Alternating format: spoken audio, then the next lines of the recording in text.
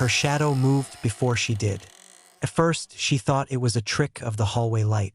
The bulb above her apartment door had been flickering for weeks, an irregular pulse that stretched shadows thin and snapped them back again.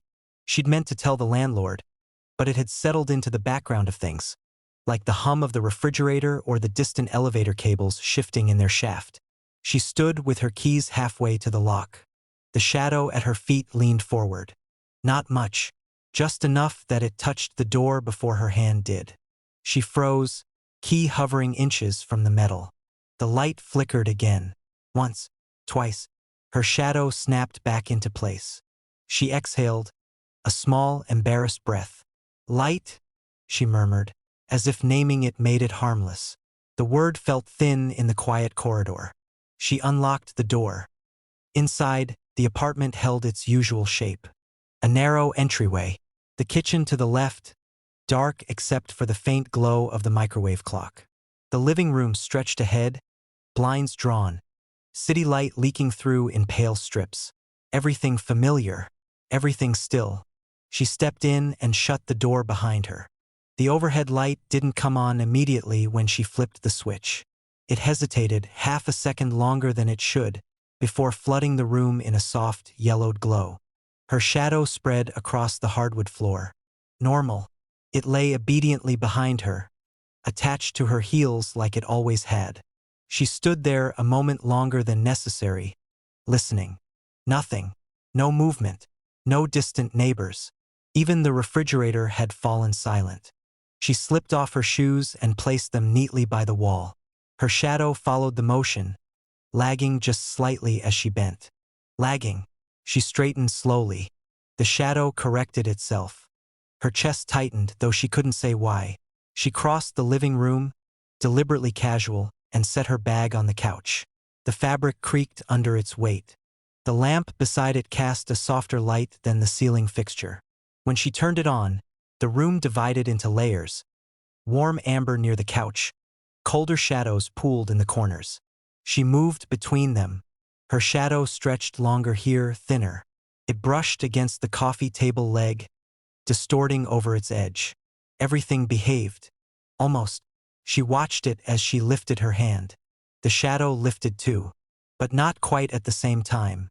It rose first, just a fraction, a twitch ahead of her. She stopped mid-motion. The shadow held its position, arm raised, before settling back into alignment. Her hand remained halfway in the air. The silence in the room thickened, pressing inward. She lowered her arm slowly, eyes fixed on the floor. This time it followed perfectly.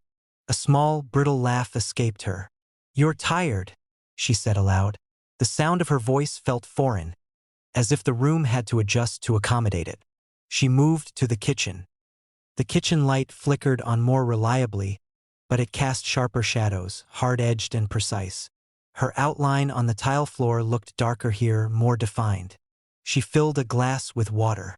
The tap sputtered before running smoothly. The sound echoed too loudly against the cabinets, as if the room were hollow. She lifted the glass. Her shadow did not. It stayed a beat behind, hands still reaching for the faucet. She froze again, water trembling in the glass. Then, slowly, the shadow completed the action it had missed. Its hand closing around nothing, lifting an invisible weight. She set the glass down too quickly. It clinked against the counter. "No," she whispered. The words seemed to arrive late, lagging behind her breath. She turned off the tap. This time, the shadow anticipated her, hand twisting before hers did. A faint pulse of something cold moved through her chest. Not fear exactly. Not yet. Something closer to recognition, though she couldn't place of what. She stepped backward out of the kitchen. The shadow lingered near the sink a moment longer, then slid after her. In the living room, the air felt thicker. She turned off the overhead light, leaving only the lamp. The shadows deepened, edges softening into something less certain. Her reflection in the dark window caught her eye. The glass showed her clearly, face pale, shoulders tense. And behind her, on the floor, the shadow angled wrong. It didn't match the light source anymore. The lamp stood to her right, but the shadow stretched slightly leftward, as if answering to something unseen. She took a step toward the window. The reflection stepped with her. The shadow hesitated, just long enough to be noticeable. Then it caught up, but overshot, stretching too far, its edges thinning into the darkness beneath the couch. She turned quickly. There was nothing under the couch, only darkness, thick and undisturbed. Her pulse began to climb, steady and insistent. "Stop," she said, not sure what she was addressing. The word landed strangely, as if the room absorbed part of it. She moved toward the hallway. The hallway light flickered worse than the others. It strobed in uneven intervals, plunging the narrow space into alternating brightness and shadow. Each blink seemed to shift the proportions slightly, the walls closer, then farther. Her bedroom door stood at the end, half open. She walked slowly, watching the floor. Her shadow stretched ahead of her now, long and narrow. It reached the bedroom door before she did. When the light flickered off, everything disappeared. For a fraction of a second, there was nothing. No shape, no depth. Then the light snapped back. Her shadow was inside the bedroom. She was still in the hallway. Her breath caught, sharp and sudden. The shadow on the bedroom floor shifted, as if adjusting its stance. Waiting. She didn't move. The light flickered again. Darkness. In that instant, she felt something. An absence, like the space around her had changed orientation. The light returned. Her shadow stood just beyond the threshold, angled toward the bed. It lifted an arm. She hadn't. Her own arm remained at her side, fingers curled tightly. The shadow's hand opened slowly, palm facing upward. An invitation, or a signal. "I'm not going in there," she said, voice low. The shadow did not respond, but it didn't lower its arm either. The light flickered again. This time, the darkness lingered a fraction longer. When the light came back, the shadow had stepped farther into the room. She took an involuntary step forward. The shadow reacted instantly, shifting deeper, drawing her in. She stopped. Stopped. They remained like that, separated by the doorway. Her mind strained to impose logic, to find the trick, the angle of light, the reflection, the exhaustion. But the explanations felt fragile, like thin glass under pressure. The shadow tilted its head. A movement she had not made. A movement she could feel, somehow, in the back of her neck. The light flickered again. In the darkness, something aligned. She couldn't see it, but she felt it. Like two images sliding over each other, not quite matching. The light returned. Her shadow stood beside the bed now. And for the first time, it looked solid. Not a flat absence, but something with weight, with presence. It bent slightly, as if examining something on the mattress. Her stomach turned. "What do you want?" she asked. The question slipped out before she could stop it. The shadow straightened. Slowly, deliberately, it turned toward her. Its edges sharpened, pulling away from the floor. For a moment, just a moment, it didn't look like a shadow at all. It looked like a person standing in low light. Then the flicker came again. Darkness. In that stretch of black, she heard something soft, delayed, like an echo arriving too late. Her own voice. "What do you want?" But it wasn't aligned with her memory of speaking. It came from somewhere ahead of her. The light snapped back. The shadow was gone from the bedroom. Her own shadow lay at her feet again, perfectly aligned. Still, obedient.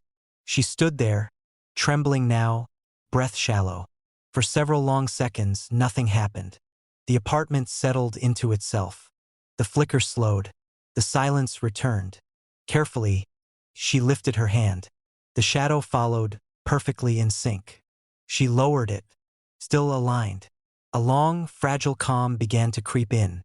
Maybe it had passed. Whatever it was. Maybe. She turned to leave the hallway. Her shadow didn't follow. It remained facing the bedroom. She stopped. Slowly, very slowly, she looked down. Her body was angled toward the living room. Her shadow was not. It stood still, stretched toward the bedroom door. And then, without her moving, took a step inside. The light flickered once more. And this time, when the darkness came, it did not feel empty.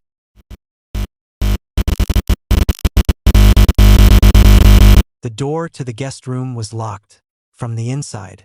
She stood at the end of the hallway, one hand still resting on the light switch, as if the delay might correct itself if she didn't move.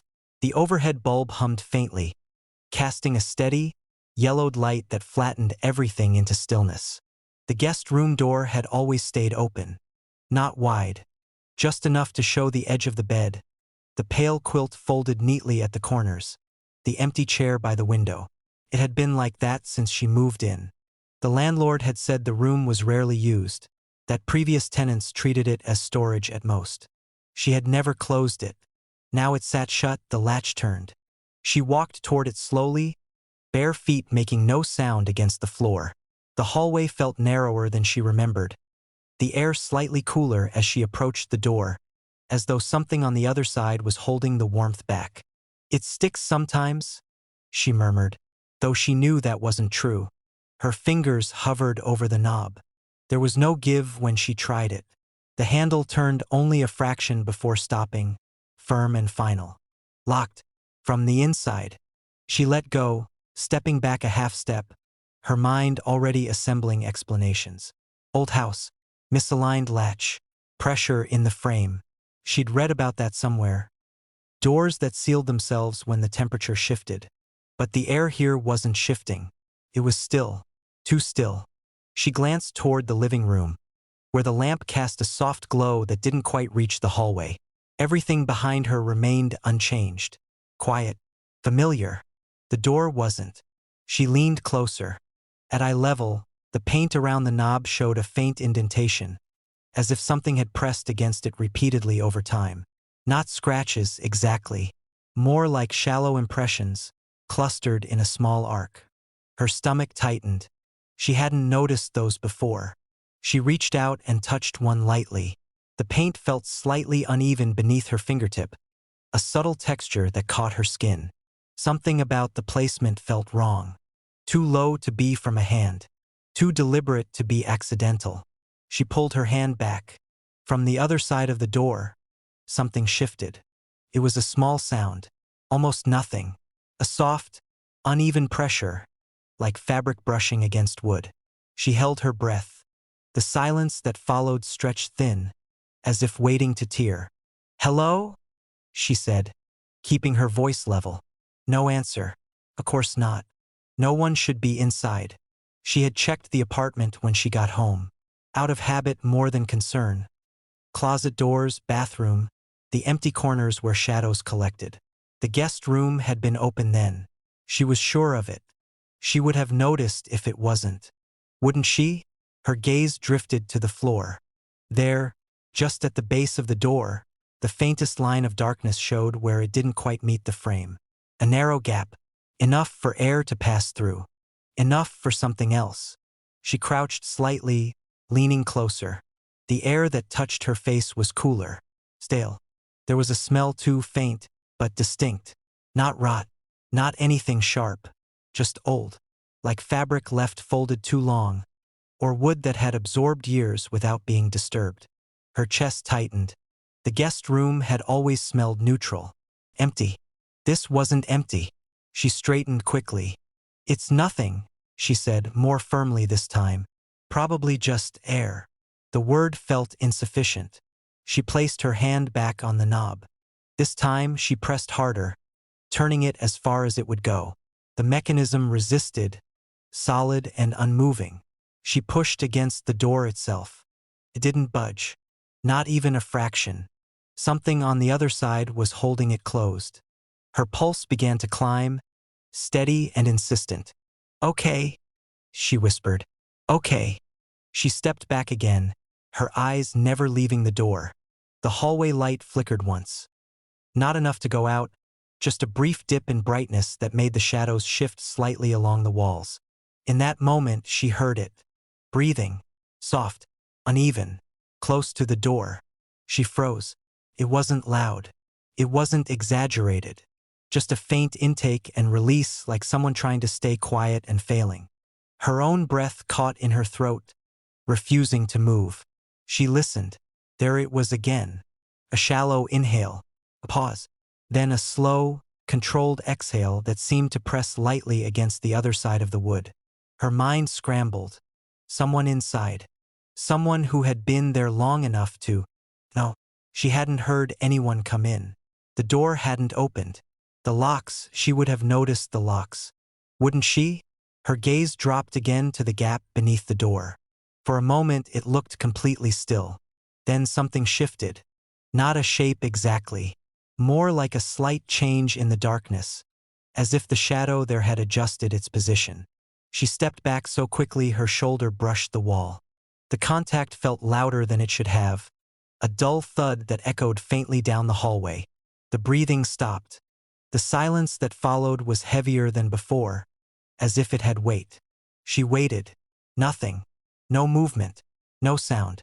Just the faint hum of the light above her. She swallowed, her throat dry.